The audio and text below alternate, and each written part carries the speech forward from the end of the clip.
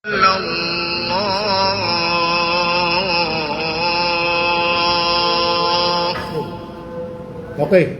hinintay muna natin matapos. So yung bro, yun nga sabi ko kanina, dalawang ating katauhan, yung ating physical at yung ating kaluluwa. Kaya kapag hindi mo pinakain ang kaluluwa mo, dahil sabi ni kapatid kanina na kapag halimbawa pagkain ng ating katawan ay para lumakas tayo, para matibay, mabuhay. So kapag hindi mo pinakain ang kaluluwa mo, ano mangyayari sa kaluluwa mo? Manlalambot. Hanggang sa magkasakit ka. Anong sakit ng kaluluwa? Hindi naman pwedeng trangkaso. Ang sakit ng kaluluwa, yun yung tao na wala ng takot gumawa ng mabibigat na kasalanan. Yan. Yung mga magnanakaw, mga mamamatay tao, yung wala nang kinatatakutan. Dahil ang kanyang kaluluwa ay may sakit. Yun, mga bisyo, lahat.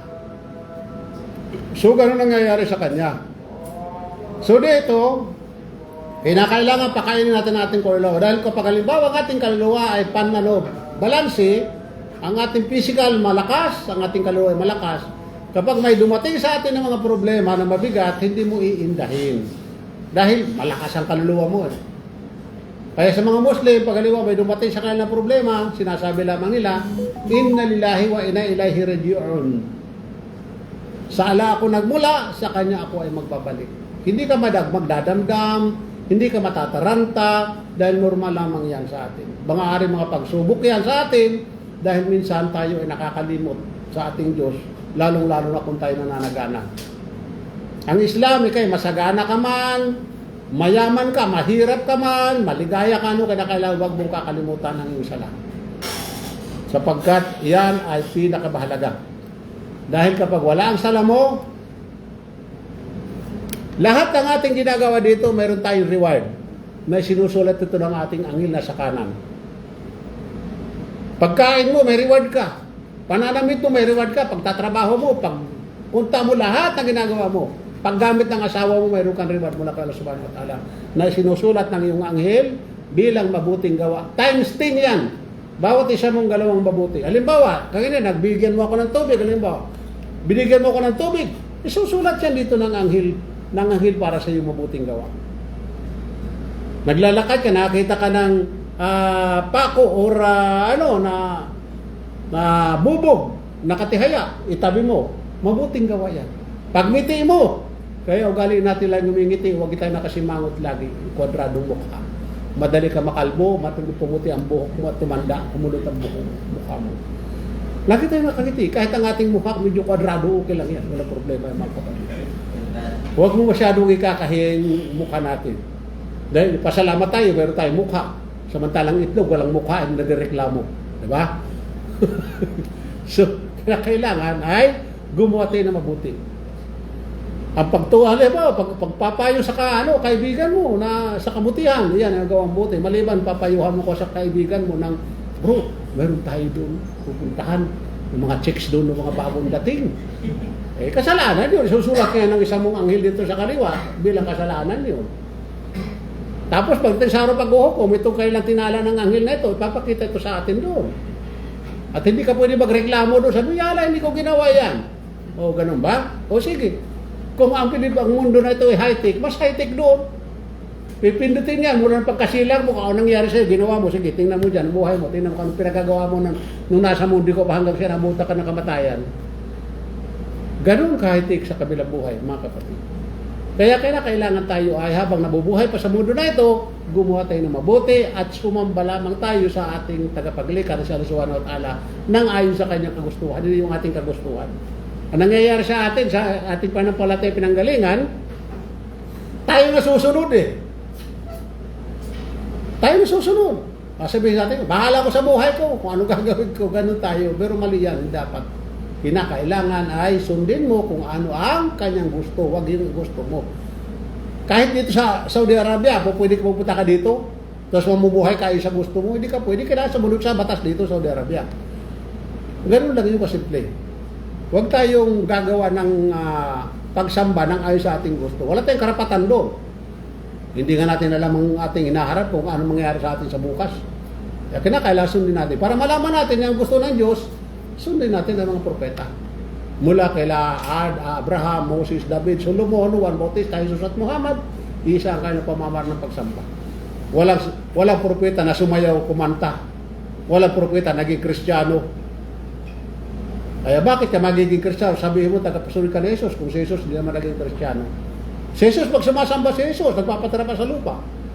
Ayon sa ating sa Biblia natin, Marcos 14:35, Mateo 28:7 sa Bagong Tipan. Sino ba yun? Tagasunod ni Jesus, sino nagpapatira pa sa lupa sa ating Kristiyano? Sino? Mayroon. Pag nalalasing, bagsak, may kasama pang suka. Ganon tayo mga Kristiyano, mga kapatid. Mga tumador, mga lasinggero. Bakit? Mismo si Padre nangunguna eh. Di ba? Pag nagbibigay ng ostiyas, ikaw ay panulak. Ikaw walang panulak, siya may panulak. Ang laki pa ng kanyang tinapay. Di ba? Yung iniinom niya yun, nakakalasing yun, alak yun. Ikaw wala kang kanuman lang. Magulang si Padre. Okay. Sa Islam, ang pamumuhay ay isang balancing bagay na pangkatawan at pang-espiritual. Balansi siya eh, pangkatawan at pang-espiritual. Hindi mo po pwede na dito kalalagi sa iyong physical, pangkatawan.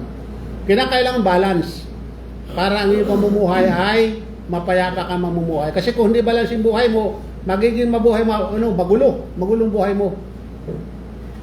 Kung ano nung dumarating sa buhay mo, nakamalasan, sabi malas, stress lang mo lang, hindi pa rin wala ng malas. Yan ay magulong buhay mo kung ang dumarating ng mga problema sa iyo dahil sa ikaw ay ang buhay mo hindi balanse.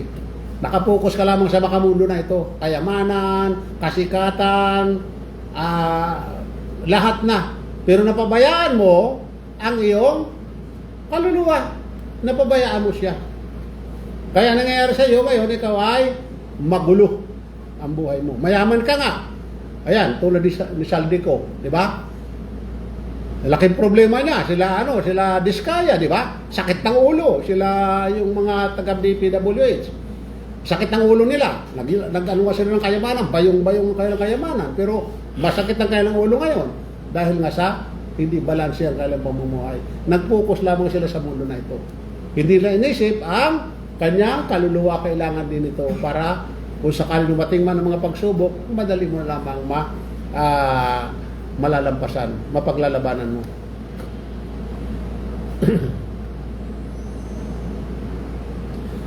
Kaya nga sa bawat dasal ng Muslim ay may lagi na ang pagsambit sa ganito. O Allah, bigyan mo po kami ng mabuting bagay dito sa lupa at ng mabuting bagay sa kabilang buhay.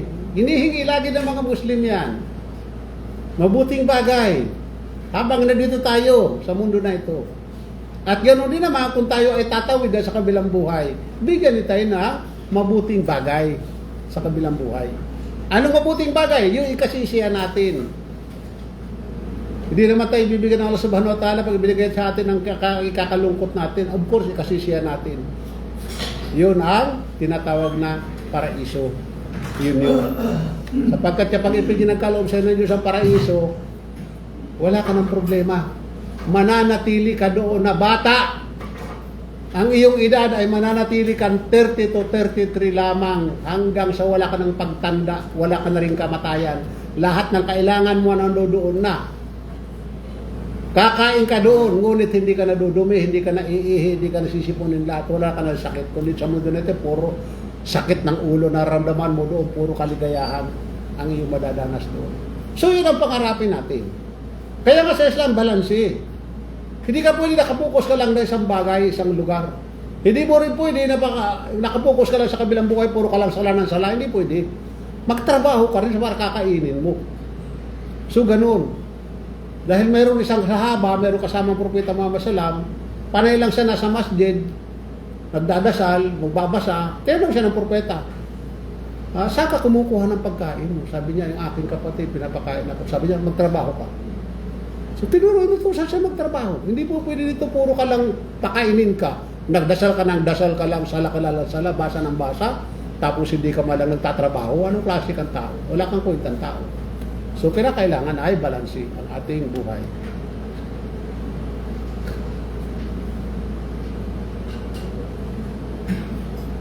Sinabi ng Allah subhanahu wa ta'ala sa banal na Quran, ating matatagpuan ito sa 29, verse 29, verse 45, chapter 9, 29, verse 45. At lagi nang magtatag ng palagiang pagdarasal, tinatawag na sala.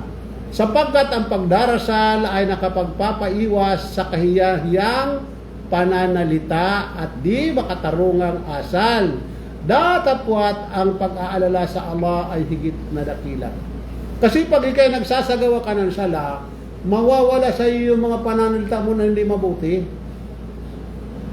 Yung mga pagmumura mo, mawawala yan. Kasi ako nung ako'y Kristiyano pa, namumulaklak ang aking bunganga sa kamumura. Ugali natin yan sa magsasalita, mayroon pa mura. So mawawala yan mga kapatid. Matatanggal yan. At ikaw mismo ang magbabago ng sarili mo. Ikaw na mismo, hindi ka na kinakailangan turuan babaguhin mo na ang sarili mo. Mahihiya ka na sa paggawa ng mga pagsasalita na hindi mabuti. Hindi babagay sa ano mo, sa isip mo, parang hindi mabuti ang ginagawa pagsasalita ng masama. So sa Islam, kinakailangan ng ating bunganga ay huwag matuyo sa pag-aalala kay Allah subhanahu wa ta'ala. Kaya mga Muslim pa nagkikita-kita sila, panagkikita-kita mga Muslim, lagi pinag-uusapan nila ang kanilang pananampalataya, pinag-uusapan nila si Allah, paano ba mapapabuti ang pamumuhay natin. Yun ang pinag-uusapan. Sa atin kaiba naman, panagkikita-kita tayo, puro kayabangan, hindi makumplitong araw kung wala nakatayo sa gitna. Normal sa atin yan, subhanallah. Pag nagkikita-kita pare, ano naman tayo dyan? Saktis lang muna, gano'n. Hanggang sa dumadami na. Sa Islam, no. Ang pinag-uusapan lagi kung paano natin mapapabuti ang ating pamumuhay. Paano tayo mapapabuti ang ating pagsamba sa Diyos. Paano ba tayo mapapabuti ang ating mga kapatira para tayo magtutulungan. Paano matutulungan natin sila. Paano ba dapat natin mabuti para sa ating umma, sa ating bayan. Naginis ka na namin. Hindi ka na nanapas yan dito. Sa pwede ko tawag.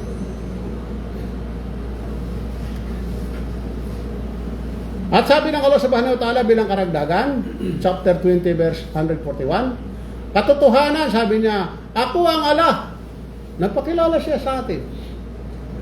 Ngayon kung hindi siya nagpakilala, wala tayong pananagutan. Pero nagpakilala siya, sabi niya, katotohanan ako si Allah. Wala ka ng ibang Diyos maliban sa akin. Kaya't ikaw, kaya't sambahin ninyo ako, sabi niya, at magtatag ng palagi ang pagdarasal bilang pag-aalala sa akin. Lagi tayo may ikipag-ugnayan sa mga Muslim. 5 times hindi ka na ikipag-ugnayan sa Diyos mo. Kasi kapag hindi ka nakipag-ugnayan sa Diyos mo, pagdating halimaw ng panahon, di ba, oras ng araw ng paghuhukom, hihingi mo ang iyong gantimpala. Paano ka bibigyan? Hindi ka naman kilala ng Diyos mo. Katulad halimbawa ng tatay natin. Hindi mo kinakausap ang tatay mo. Doon ka na nakipag-usap sa mga barkada mo lamang. Dumating, halimbawa, magbibigay ang tatay mo ng mga ari-arian, pamana sa inyong mga ari-arian. Pupunta ka ron. Tatay, nasaan yung akin? Ang sasabihin ng tatay mo, bakit? Kilala mo ba ako? Nakikipag-usap ka ba sa akin?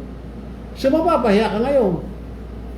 So, ganun din ang ating Diyos. Kinakailangan tayo ay palagian tayong magsasagawa sa Kanya na nakikipag-ugnayan.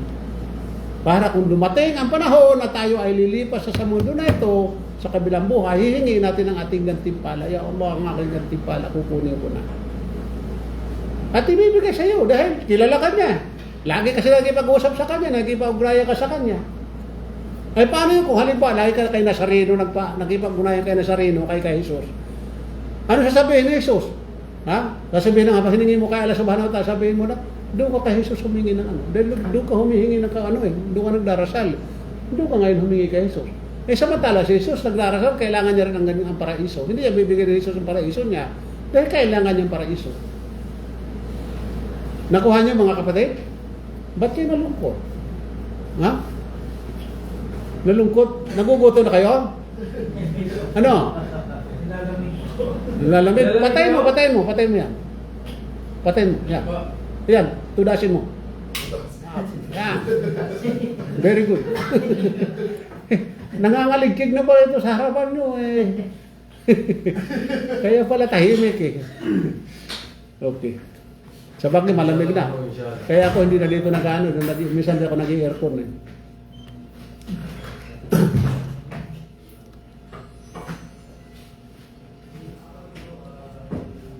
Ang pangatlo at tinatawag na sum o pag-aayuno. Ito ay sa loob ng isang taon, isang buwan kinakailangan mag-ayuno ka. Buwan ng Ramadan. Pag-aayuno. Ngayon, yung ginagawa namin ito ay pag-aayuno kami ng Lunes at saka Huwebes. Ito ay sunnah o ginagawa ng propeta. So, pagdating ng haliban ng Ramadan, sanay na yung aming katawan, sanay ng aming tiyan. Wala na problema. Kasi kapag hindi ka sanay, maninibago ka. Manghihina ka. Pag hindi ka sanay, uuhawin ka, matutoy na lamunan mo. Pero pag sanay ka na, bali wala na, parang normal na lang sa'yo.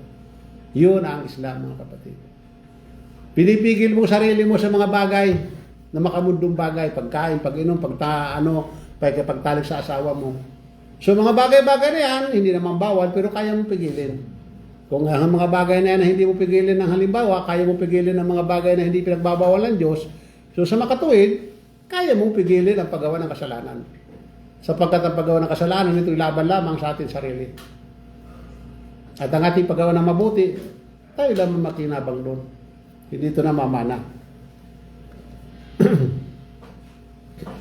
Ang pag-aayuno sa Islam ay pagkakait sa sarili ng anumang pagkain, inumin at relasyong sexual mula sa oras ng bukang liwayway hanggang sa takip silim.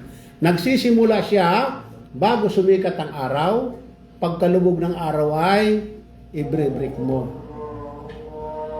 Hindi ito katulad ng ating sa ating pagtawag nito sa ating pag-aayuno sa Kristiyanos mo. Hindi lang kumakain ng karne. Sa Islam totally wala lahat 'yun.